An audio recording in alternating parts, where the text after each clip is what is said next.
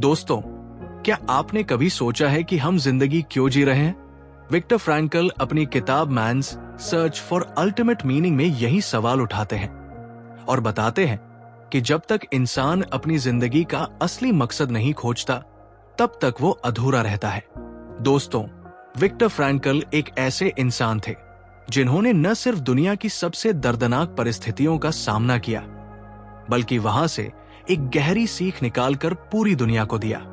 Frankel का मानना था कि इंसान सिर्फ जीने के लिए नहीं जीता, बल्कि उसके जीवन में एक अल्टीमेट मीनिंग होना चाहिए। उनकी किताब man's search for ultimate meaning हमें यह सिखाती है कि जब तक इंसान अपनी जिंदगी का असली मकसद नहीं खोजता, तब तक वो अधूरा रहता है। फ्रैंकल कहते हैं कि मॉडर्न दुनिया में इंसान के पास सुविधाएं बहुत हैं, टेक्नोलॉजी है, पैसे हैं, कंफर्ट है, लेकिन फिर भी लोग अंदर से खालीपन महसूस करते हैं। इसका कारण है कि उन्होंने अपने जीवन का अल्टीमेट पर्पस खोजा ही नहीं।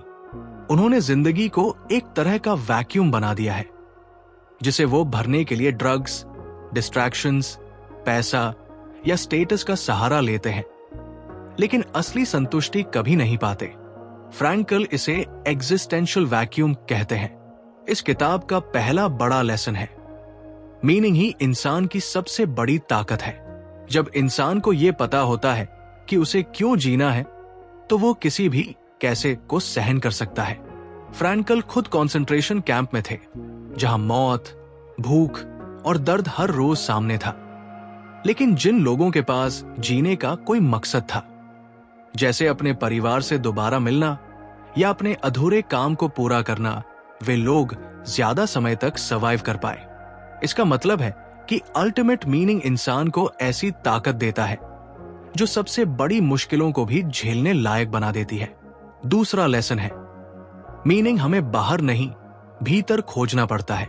आज की दुनिया में लोग सोचते हैं कि सक्सेस, फेम या पैसा ही अल्टीमेट हैप्पीनेस देंगे, लेकिन फ्रैंकल कहते हैं कि असली मीनिंग हमें दूसरों के लिए जीने में, कंट्रीब्यूशन करने में और हायर पर्पस खोजने में मिलता है। जब हम अपने से बड़ी किसी चीज का हिस्सा बनते हैं, तभी हमारी जिंदगी पूरी होती है।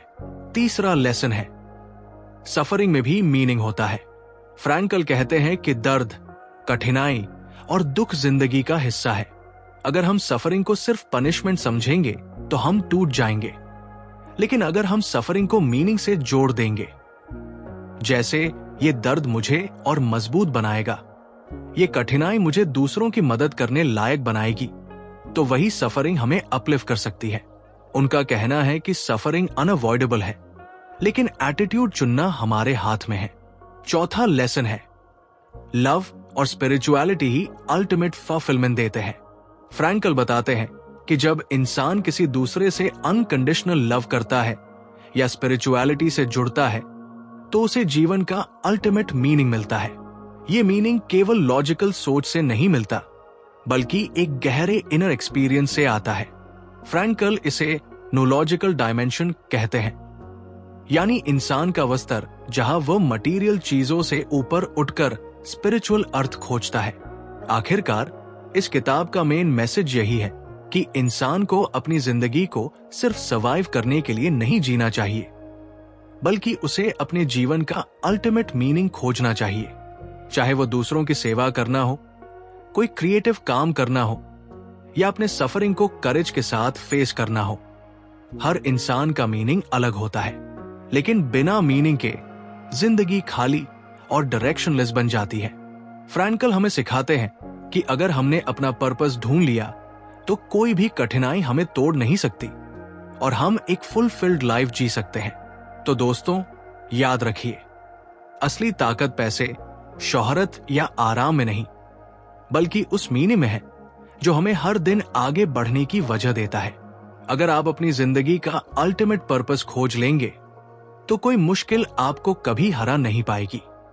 अगर आपको ये समरी अच्छी लगी हो, तो वीडियो को लाइक करें, कमेंट करें और चैनल को सब्सक्राइब करना ना भूलें। धन्यवाद।